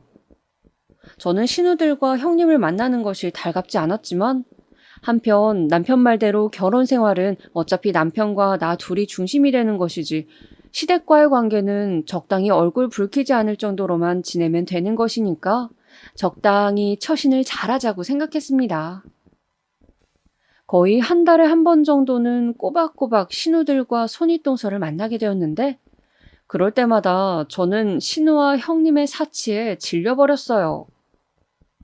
한 번 만나면 어찌나 돈을 물쓰듯이 쓰는지 거의 제 한 달 용돈을 다 쓰고 오는 기분이었습니다. 거의 모든 스케줄 계획은 부잣집 딸인 형님이 짰는데 일단 명품관이 많은 백화점이 무조건 근처에 있어야 했고 백화점 오픈 시간에 맞춰 기다리고 있다가 명품 매장에 대기를 걸고 반나절은 거기서 오늘은 목걸이를 본다, 오늘은 가방을 본다 하면서 시간을 보내는 것이었습니다. 한 번은 둘째 신우가 꼭 사고 싶은 목걸이가 있다며 클로버 모양으로 유명한 목걸이 브랜드 매장에 갔어요. 그런데 신우가 사고 싶다는 모바일 홈페이지에서 봤다는 목걸이 모델이 다 팔리고 없다는 것이었습니다. 그러면 그냥 나오면 될 것을. 신우는 매장에서 이것 보여달라, 저것도 자개냐, 저거 색깔도 괜찮네 하며 쓸데없이 시간을 끌고 형님은 가지고 있는 그 브랜드 목걸이를 굳이 가져가서 세척을 해달라. 형님이 가지고 있는 목걸이 가격을 본 첫째 신우가 그 목걸이 나 한 번만 빌려달라고 하면서 또 형님을 역시 부잣집 딸이라고 추켜 세우고 말 그대로 속물 대환장 파티였습니다. 저는 물론 그 브랜드에서 파는 몇백만 원짜리 목걸이를 다 살 수 있는 재력이 있는 사람은 아니지만 그냥 신우들과 형님이 왜 그렇게 눈에 보이는 것에 환장을 하는지 이해가 안 되었습니다. 그래봤자 그냥 목걸이 아닌가요? 자기 형편에서 예쁘게 잘하고 다닐 수 있을 정도로 소비하고 살면 그만인 건데. 그렇게 쇼핑을 하고 나서 커피숍에 가서 앉으면 또 골프가 어쩌고 회원권이 어쩌고 온통 부자들의 삶 이야기로 수다를 떱니다. 그런 대화가 당장 신우들을 부자로 만들어주는 것이 아닌데도 노처녀 신우들은 뭔가 그렇게 세계를 잘 알고 있으면 자신들에게도 부자와 결혼할 수 있는 기회가 올 수 있다고 믿는 것 같았어요. 그리고 강남에서 나고 자랐다는 형님은 그런 부분을 이용해 자신을 우러러보는 신우들의 그 눈빛을 즐기고 있는 것 같았죠. 막내 올케, 진짜 부자 본 적 없지? 부자들도 레벨이 있단 말이야. 부자들의 재산 수준에 따라서 누리는 문화가 얼마나 다른지 알아? 우리가 영화관 가고 뮤지컬 보고 그런 걸 문화라고 생각할 때 말이야. 그 사람들은 회원권을 산다고. 멋 모르는 일반 서민들은 비싼 가방이나 푼돈 모아서 할부로 사면서 내가 명품 걸쳤네, 나도 이 정도면 잘 사는 거 아닐까 생각하지만 말이야. 진짜 부자들은 어차피 그런 가방이나 옷 같은 것들은 그냥 일상적으로 우리가 10,000원, 20,000원짜리 편하게 사듯이 시즌별로 사서 걸치는 것이고 회원권을 산다고. 잘하시네요, 형님. 저도 어릴 때부터 강남에서 그런 사람들 많이 봤어요. 알면 알수록 상상 초월이더라고요. 세금 공제가 되니까 자동차도 진짜 시즌별로 외제차로 바꾸고 주로 회원권이나 그림 같은 걸 일상적으로 사는데 그런 게 보면 볼수록 입이 떡 벌어지더라고요. 제 친구 중에 진짜 사업 대박난 남편 있는 애가 있는데 걔는 퍼스널 쇼퍼 불러서 편안하게 거의 누워서 쇼핑한다니까요. 골프 같은 것도 너무 대중화돼서 요즘은 뭐 다 치잖아. 그런 사람들은 일단 개나 소나 하는 건 싫어하더라고. 부자들은 진짜 아무 옷이나 입어도 태가 달라. 얼굴에서 빛이 난다니까. 막내 올케는 이런 세계는 듣도 보도 못했겠지? 뭐 어차피 관심도 없지. 네. 저는 그런 건 잘 몰라서요. 그리고 돈이라는 것은 버는 것도 중요하지만 얼마나 소신 있게 쓰는지가 중요하다고 저는 생각하거든요. 그래. 저게 바로 없는 사람들이 자존심 세우느라고 하는 소리야. 꼭 무슨 소신이 있어서 청렴하게 사는 양 저렇게 말을 해요. 막내 올케 좀 솔직해져 봐, 어? 그런 식으로 대화는 항상 저를 꼽주는 것으로 마무리를 짓곤 했습니다. 신우들은 제가 제일 가난하고 없는 것이 자신들에게 우월감을 느낀다는 듯 제가 하는 말 한마디 한마디를 꼬투리 잡고 넘어지면서 그러니까 네가 가난하고 없다는 식으로 깔아뭉갰어요. 저는 그런 소리들이 너무 듣기 싫고 정이 떨어졌습니다. 그래서 언젠가부터 몸이 안 좋다고 하고 모임에 빠지기 시작했어요. 공교롭게도 남편과 함께 있을 때 도로에서 뒷차가 와서 냅다 박는 사고가 발생해서 허리를 마침 다치기도 했기 때문에 저는 그 사고를 핑계로 몸이 안 좋아서 쉬어야 한다고 말하고 모임을 계속 빠졌습니다. 그러다 보면 자기들이 알아서 눈치껏 저를 안 부르겠지 했어요. 저는 새로운 사람을 만나고 싶어서 온라인으로 독서 모임을 만들어서 책도 읽고 사람들과 정모도 하며 나름대로 즐겁게 지냈습니다. 그런데 우연히 나간 독서 모임 정모에서 저는 대학 때 친구 주은이를 만나게 됐어요. 주은이는 저와 대학 때 친했던 친구인데 상당한 부잣집 딸이었죠. 어머, 이게 누구야? 너무 오랜만이다. 잘 지냈어? 주은아, 너도 잘 있었어? 그럼, 나 결혼해서 아기 낳았잖아. 아기는 시터 이모가 지금 보고 있어. 우리 이렇게 우연히 만난 것도 반가운데 어디 가서 커피나 한잔 마시자, 어? 그렇게 저는 주은이와 다시 친하게 지내게 되었습니다. 주은이 남편은 의사였는데 대학병원에 근무하고 있었어요. 그래서 주은이한테 병원 이야기도 듣고 같이 놀기도 하고 또 대학 시절 우리가 같이 좋아했던 떡볶이 집에 가서 함께 떡볶이를 먹기도 했죠. 주은이는 제가 보기에 아주 행복해 보였습니다. 제가 신우들과 손윗동서 때문에 스트레스 받은 이야기를 했더니 주은이는 저에게 그런 브랜드 같은 거 아무것도 아니라며 너는 여전히 호텔집 딸내미가 이렇게 소박해서 어떻게 하냐고 웃는 것이었어요. 호텔집 딸? 아뿔싸. 대학 때 도는 소문을 그냥 부정하지 않고 놔둔 덕분에 주은이는 아직도 우리 집이 호텔을 하는 것으로 알고 있는 거였습니다. 저는 이제라도 솔직하게 아니라고 말해야 된다는 생각이 들었지만 차마 말을 할 수가 없었어요. 주은이가 알게 되면 실망할 것 같기도 하고 내가 호텔집 딸이라고 그렇게 이야기해서 누구한테 피해를 준 것도 없는데 그냥 이대로 주은이 앞에서만큼은 부잣집 딸인 양 살면 안 되나 싶기도 했습니다.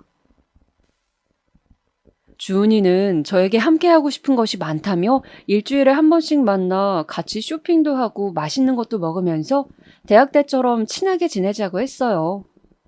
저도 착하고 해맑은 주은이가 싫지 않았죠. 같은 부잣집 딸이어도 매일 얄밉게 자랑만 해대는 손윗동서 같은 사람을 보다가 착하고 해맑은 주은이를 보니 기분이 좋아지는 것 같았습니다.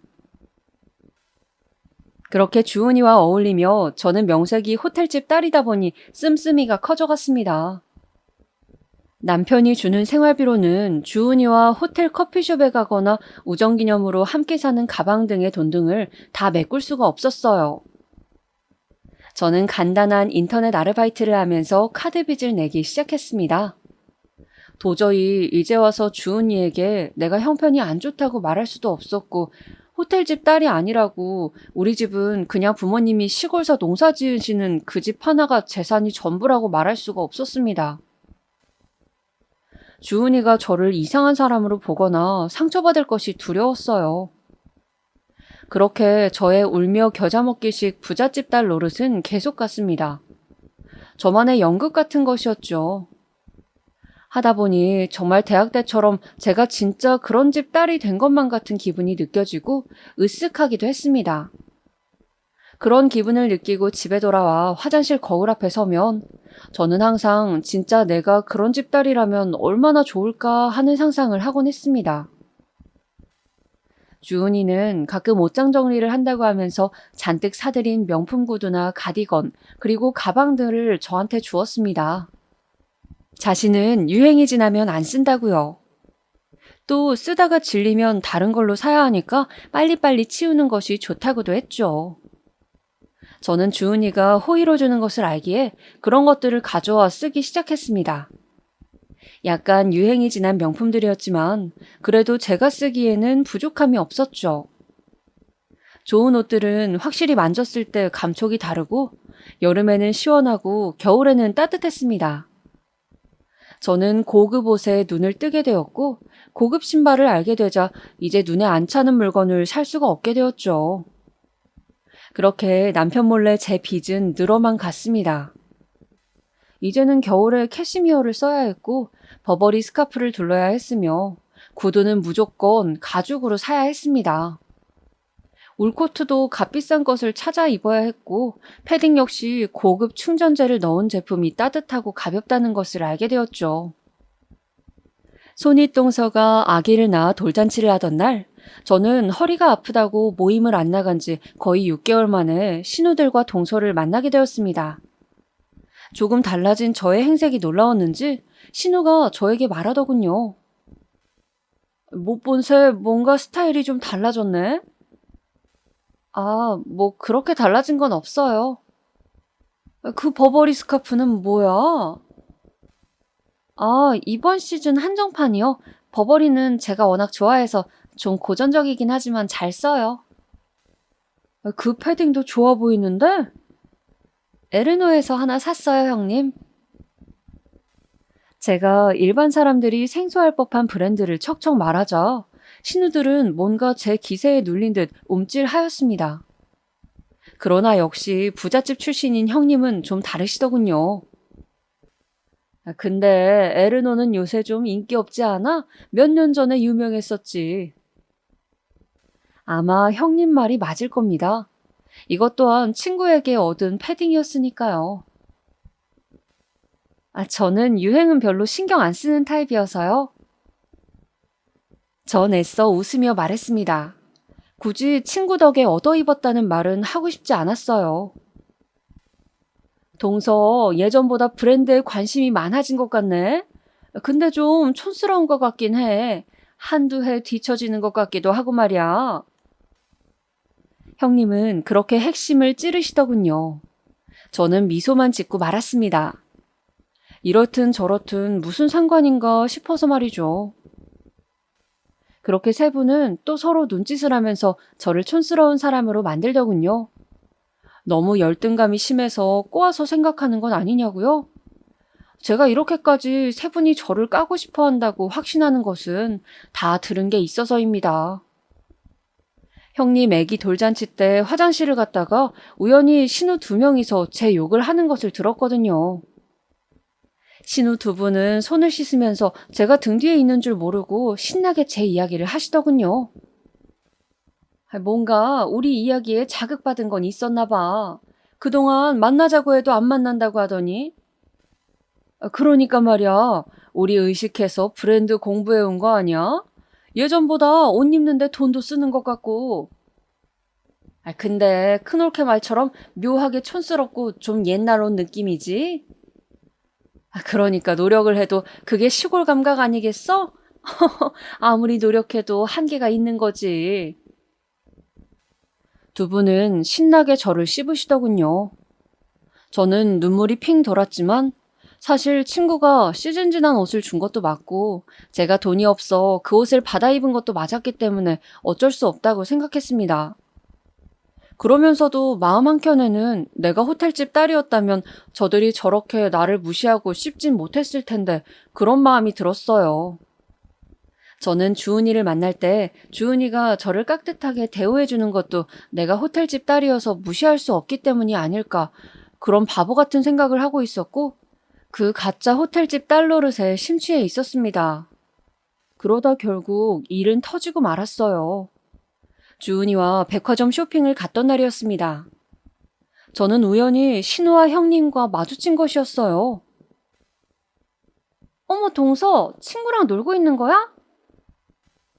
주은이를 본 신우와 형님은 다소 놀란 표정을 지었습니다. 그도 그럴 것이 평소 형님과 신우가 좋아하는 명품들을 주은이가 다 걸치고 있었고 외모 역시 무척 예뻤으니까요. 누가 봐도 주은이는 부잣집 사모님다운 귀티의 소유자였습니다. 아, 네, 다들 어쩐 일이세요? 우린 쇼핑 왔지. 친구분 미인이시다. 우리 인사 좀 시켜줘. 주은이의 모습이 범상치 않아 그랬는지 형님들은 인사를 시켜달라 하시더군요. 그렇게 저는 원치 않는 커피 타임을 주은이와 시댁의 새 여자와 가지게 되었습니다. 저는 주은이가 저를 호텔집 딸로 알고 있는 것이 마음에 걸려서 어서 그 자리가 빨리 끝나기만을 빌었죠. 친구분 되게 부티나시네요. 이런 친구가 있는지 몰랐네. 네? 무슨 말씀이신지. 그냥 시골 출신이잖아요, 우리 올케가. 그래서 뭐, 저는 수더분한 친구들만 있는 줄 알았죠. 주은이는 어리둥절한 듯 새 여자가 저를 돌려가는 이야기를 가만히 듣고만 있었습니다. 아니, 우리 저번에 호캉스를 갔는데 사실 올케도 데리고 갈까 하다가 좀 뭐랄까 비주얼적인 게 안 맞다 싶어서 안 데리고 갔지 뭐야? 그 블랑 호텔 참 좋았는데 강릉에서는 거기가 제일 나은 것 같아. 저기 제 친구 비주얼이 뭐 어떻다고 그러세요? 주은이는 이야기를 가만히 듣고 있다가 기분이 나빴는지 살짝 붉어진 얼굴로 되물었습니다. 아니, 좀 가난한 집 출신답게 촌스럽잖아요. 아니, 친구분은 그렇게 생각 안 해요? 가난이요? 저는 안 되겠다 싶어서 충동적으로 말을 뱉어버렸습니다. 형님들, 사실 형님들이 호캉스 가셨다는 강릉 블랑호텔, 그거 오너가 우리 아빠거든요? 저 가난뱅이 아니에요. 저한테 함부로 말씀하시는 거 그만둬 주셨으면 좋겠어요. 그 순간 저는 그 자리에 있는 세 여자의 눈동자가 일제히 저를 향하는 것을 느꼈습니다. 그들은 몹시 놀란 표정이었어요. 저는 이왕 이렇게 된 거 모르겠다 싶어서 주은이에게 제 거짓말을 들키지 않기 위해 제가 호텔집 딸이라고 거짓말을 해버렸어요. 아니, 진짜? 거기에 주은이가 나서서 말을 더 보탰습니다. 모르셨어요? 학교 다닐 때부터 호텔집 딸인데 검소하기로 유명했어요. 우리 과 애들 과소비 하다가 얘 보고서 얼마나 반성 많이 했는데요. 진정한 상류층의 모습이라고 본받아야 한다고요. 저는 민망함에 붉어진 새 여자의 얼굴을 보고 그 순간 통쾌함을 느꼈죠. 마음 한구석에서는 물론 커져버린 거짓말을 어떻게 수습할까 고민되었지만요.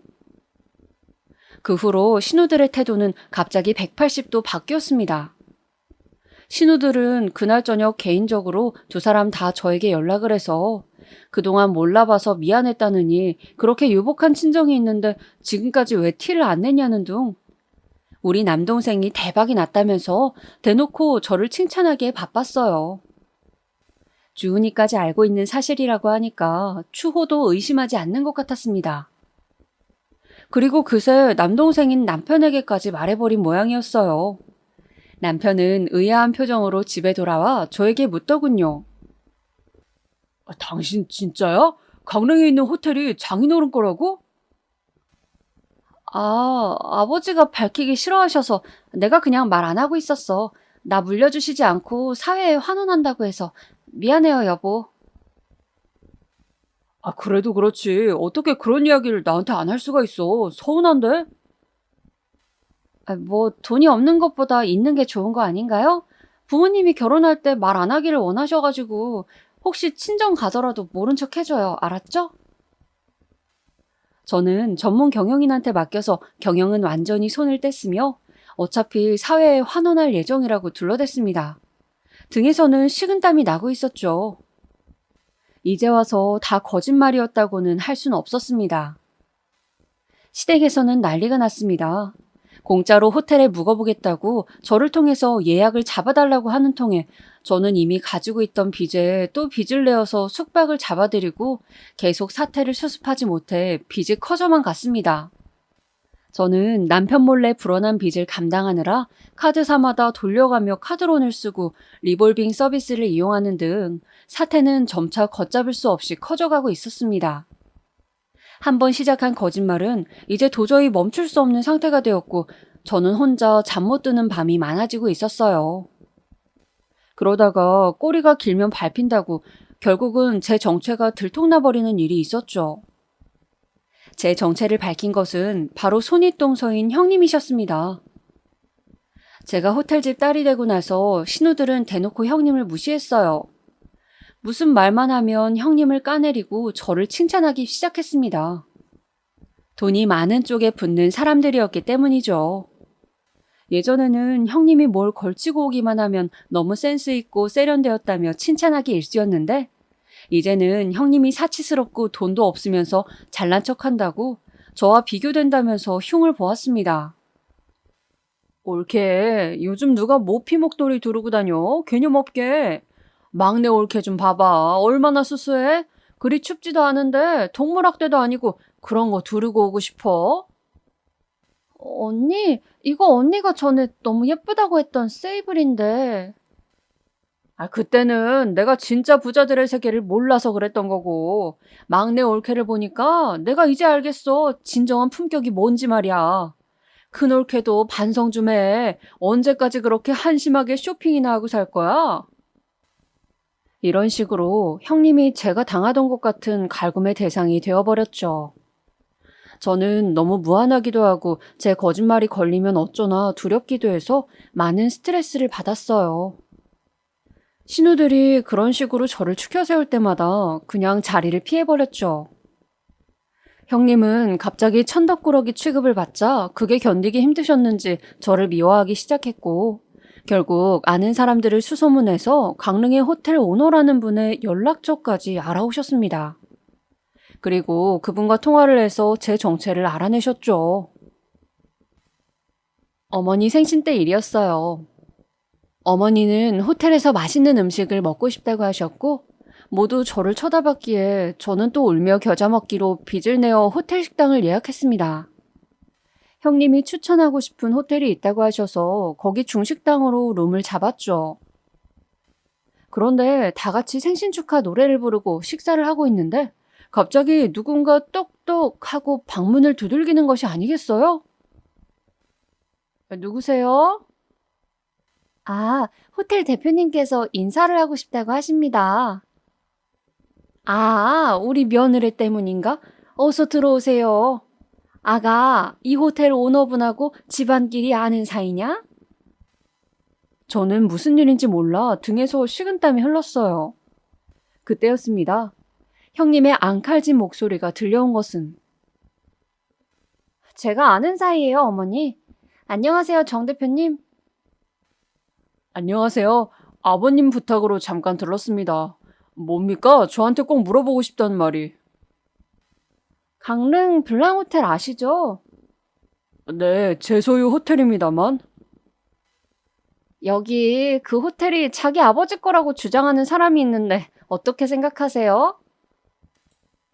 이럴 수가. 오늘 식사를 하게 된 이 호텔과 강릉 호텔이 같은 사람의 거였다니. 저는 눈앞이 캄캄해졌습니다. 갑자기 다리에 힘이 풀려 털썩 주저앉고 말았어요. 어떡하지? 머릿속이 새까맣게 변했습니다. 예? 강릉 호텔은 대대로 저희 집안 호텔인데 무슨 말씀이신지. 확인 감사드려요. 모두 들으셨죠? 모두의 놀란 눈빛을 뒤로하고 형님은 그렇게 제 거짓말을 폭로해버리셨습니다. 저는 어찌할 바를 몰라 가만히 그 자리에 서 있다가 그만 견디지 못하고 그 자리에서 도망쳐 나오고 말았어요. 남편이 저를 부르는 소리가 들렸지만 저는 대답을 할 수가 없었습니다. 쥐구멍이라도 있다면 숨어버리고 싶었죠. 그 길로 저는 친정에도 가지 못하고 아무데도 가지 못한 채로 시내의 허름한 모텔에 일주일을 숙박했습니다. 그러다가 작은 바닷가 마을의 여관으로 장소를 옮겼어요. 차마 연락을 아무에게도 할 수가 없었습니다. 친정에도 이미 제가 한 짓을 들으셨을 것 같아서 연락할 수가 없었죠. 그렇게 한 달을 폰을 꺼놓고 그냥 카드로 먹을 것만 사러 나가고 하염없이 바다를 바라보며 시간을 보내고 나니 폰을 확인할 용기가 생겼습니다. 폰에는 남편, 시댁 어르신들, 신우들, 형님, 그리고 친정 부모님까지 많은 사람의 연락이 와 있었는데 결국 남편은 길길이 날뛰면서 저를 사기죄로 고소하겠다고 화를 냈고 신우 역시 입에 담지 못할 욕을 적어두었더라고요. 시어른들 역시 저를 괘씸해하시고 계셨습니다. 남편은 이혼을 하자고 이혼 서류를 당장 보낼 테니 주소를 보내라고 했어요. 저는 남편에게 친정 주소로 서류를 보내라고만 대답을 했죠. 그리고 그냥 이대로 죽어버릴까 생각을 하며 바닷가에 하염없이 앉아 있었습니다. 그때 친정엄마에게서 문자가 하나 왔어요. 정연아, 혼자 서울 가서 잘 사는 아이들 틈에 오죽 고생이 많았니. 네가 왜 그랬는지 이제 좀 알 것 같다. 정연아, 엄마가 미안해. 제발 살아있다면 연락 좀 해다오. 누구나 실수는 할 수 있는 거야. 제발 엄마한테 연락 좀 해주지 않을래? 사랑한다. 눈물이 소리도 없이 뺨을 타고 줄줄 흘러내렸습니다. 이렇게 바보 같은 짓을 해버린 나를 엄마는 사랑한다고 합니다. 엄마, 아빠가 너무 보고 싶고 제 자신이 너무 부끄러웠어요. 바보 같은 나. 결국 열등감을 이기지 못하고 거짓말로 결혼 생활을 엉망으로 만들고 이혼까지 하게 돼버린 내 신세. 그래도 엄마가 나를 사랑한다는 그 말이 저에게는 아주 간절한 동아줄처럼 느껴졌습니다. 그래, 죽지는 말자. 그래, 꼭 추스르고 살아남아 엄마를 보러 가자. 엄마가 끓여주시던 된장찌개 한 그릇 먹고 훌훌 털고 다시 살아보자. 저는 그렇게 그 지옥 같은 시간을 파도에 흘려보냈습니다. 그리고 남편과는 이혼을 했습니다. 제가 잘못한 부분이 컸기에 그저 아무 말도 하지 않고 저는 순순히 이혼할 수밖에 없었죠. 한 달간 쉬었던 바닷가 마을에 정착을 하고 친정 부모님께 연락을 드리고 그렇게 저는 혼자만의 삶에 적응을 해나갔습니다. 아직 부모님을 보러 가지도 못했습니다. 좀 더 저 자신을 용서할 수 있게 되면 그때 부모님 얼굴을 찾아뵈야 하지 않을까 그런 생각인데 이것도 사실 잘 모르겠어요. 바닷가 생활은 제법 적응이 되어서 이제 동네 행사에 가서 막걸리를 한 잔씩 얻어 마시기도 하고 또 친한 언니들이 생겨 언니들이 남편 욕, 시댁 욕하는 것을 들으며 위로를 해주기도 합니다. 비록 아직은 제가 왜 이혼까지 하게 되었는지 말하지 못했지만요. 주은이에게도 그동안 미안했다고 솔직하게 제 이야기를 밝혔습니다. 주은이는 울면서 미안하다고 그냥 진작에 이야기했어도 됐는데 언제든 얼굴 편하게 봤으면 좋겠다고 오랫동안 자신을 속인 저를 용서해 주더군요. 그런 거짓말을 하기까지 많이 힘들었을 것 같다며 천사 같은 내 친구는 저를 이해하려고 애를 써주었습니다. 그동안 제 거짓말들로 인해 쌓인 빚들은 이자가 붙어 점점 더 커져가고 있었기 때문에 저는 이제라도 인정할 것은 하고 그걸 바로잡고자 파산 신청을 했습니다. 그리고 일부 남은 돈 문제를 해결하면서 이 바닷가 마을에서 여러 소일거리를 하며 그럭저럭 먹고 살고 있습니다. 마을에는 젊은 여자의 손이 필요한 일들이 제법 있어 저는 어딜 가나 환영을 받습니다. 어떤 날은 생선을 손질하기도 하고 또 어떤 날은 음식 준비를 돕기도 합니다. 일당으로 돈을 받고 가끔은 그냥 일을 해주기도 하죠. 그렇게 동네 사람들과 어울리면서 수다를 떨다가 보면 어느새 제 삶에 대한 생각은 잊혀지고 그저 하루를 살아내게 되더라고요. 가끔 혼자 있는 시간에 앞으로 어떻게 살 것인가를 생각하기도 합니다. 미래를 생각하면 마치 안개 낀 바다 위를 보는 것처럼 이제 아무것도 알 수 없는 지경이 되어버렸는데 이제 새로운 사람을 만나 꼭 결혼을 하고 싶다거나 앞으로 뭘 하며 인생을 살아야 할지 그런 생각은 하지 않습니다. 사실 모르겠어요. 단지 지금 당장 제가 할 수 있는 일과 해야만 하는 일을 할 뿐입니다. 그저 하루하루 세 끼 밥 챙겨 먹고 산책을 하고 오늘 하루만 생각하면서 지내고 있습니다. 오히려 그렇게 심플하게 지내니 마음이 편안해져 오더라고요. 어쩌면 모두가 저의 잘못을 받아들이고 누구는 용서하고 누구는 용서하지 못한다고 결론을 내릴 동안 정작 저 자신은 아직도 아무런 결론을 내리지 못하고 미적거리고 있는지 모르겠습니다. 이렇게 사연을 보내고 싶어진 건 역시 어쩌면 저 자신을 좀 더 이해해보고 싶어서인지 모르겠어요. 너무 횡설수설이죠? 제 마음이 아직 이런가 봅니다. 다만 확실한 것 한 가지는 오늘 여러분께 들려드린 제 이야기는 제 인생에서 가장 창피한 이야기였지만 그래도 이렇게 털어놓고 나니 이상하게 한결 마음이 편하다는 거예요. 여러분은 오늘 제 이야기를 들으며 어떠셨나요? 제가 드리고 싶은 말씀은 어떤 일이 있더라도 거짓말이 거짓말을 낳는 잘못은 하지 말라는 것입니다. 어느새 눈덩이처럼 커져서 혹독한 대가를 치러야 하거든요.